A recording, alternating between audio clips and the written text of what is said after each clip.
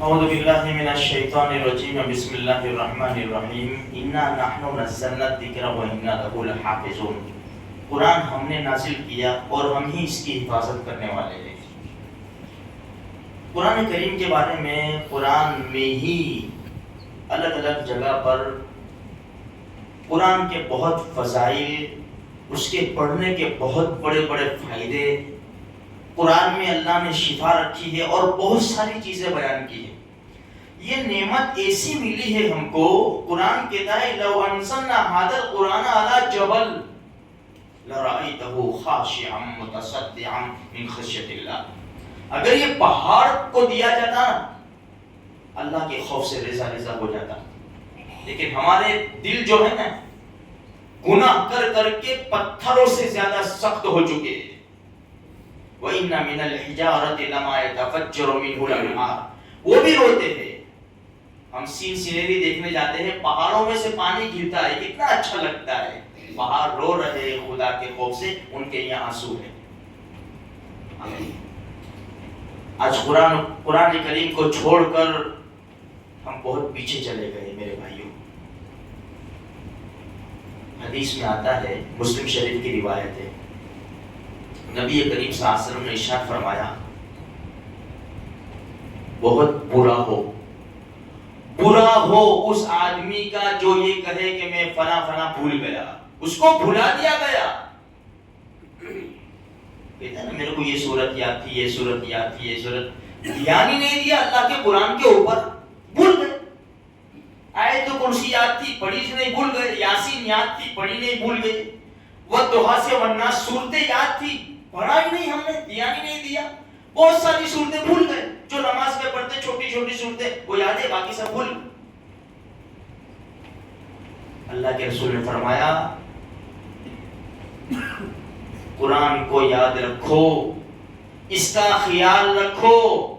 یہ اس طرح نکل جاتا ہے جس طرح 4 پاؤں والا جانور جس کا 1 پاؤں بندھا ہوا ہو، پھر بھی نکل جاتا. اور دوسری حدیث میں فرمایا یہ اونٹ سے زیادہ دوڑنے والا ہے. مالک اونٹ کی نظر نہ رکھے، اونٹ کے اوپر چلا جائے گا، بھاگ جائے گا، نکل جائے گا. فرمایا اسی طرح اس سے زیادہ جلدی اللہ کا قرآن سینوں سے نکل جائے گا اگر تم نے دھیان نہیں رکھا. میرے بھائیوں، ہم وہ قوم ہیں کہ جس کو قرآن کے ذریعے عزت ملی ہے. دیکھو اللہ کا واسطہ بہت بڑی چیز ہو جاتی ہے.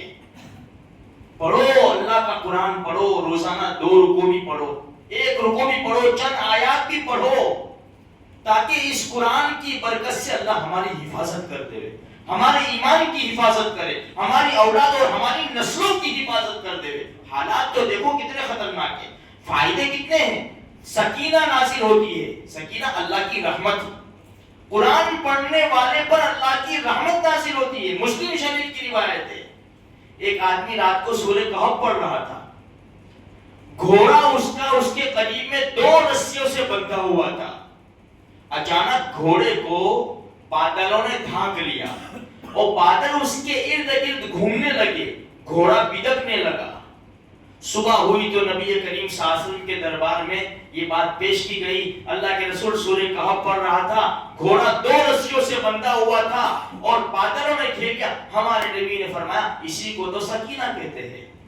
کہتے ہیں نا سکینہ نازل ہوتی ہے، اللہ کی رحمت نازل ہوتی ہے. کیا ہم نہیں چاہتے کہ ہمارے گھروں پر، ہماری دکانوں پر اللہ کی رحمت نازل ہو؟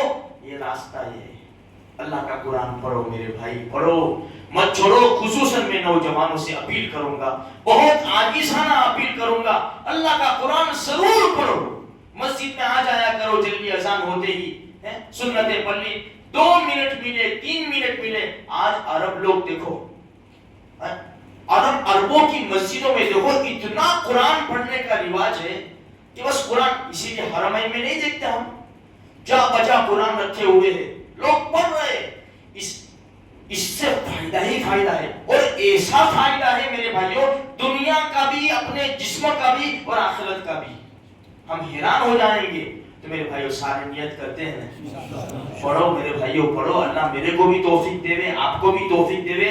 جس کو پڑھنا نہیں آتا نا وہ تو خالی قرآن بھی دیکھے، کوشش کرے سیکھنے کی، قرآن بھی دیکھے، بس 2 منٹ تو دیکھے اللہ کا قرآن، کہ میرے رب کا قرآن ہے، میری بد نصیبی ہے کہ مجھے نہیں آتا۔ اللہ کا یہ سنی بات پر عمل کرنے کی توفیق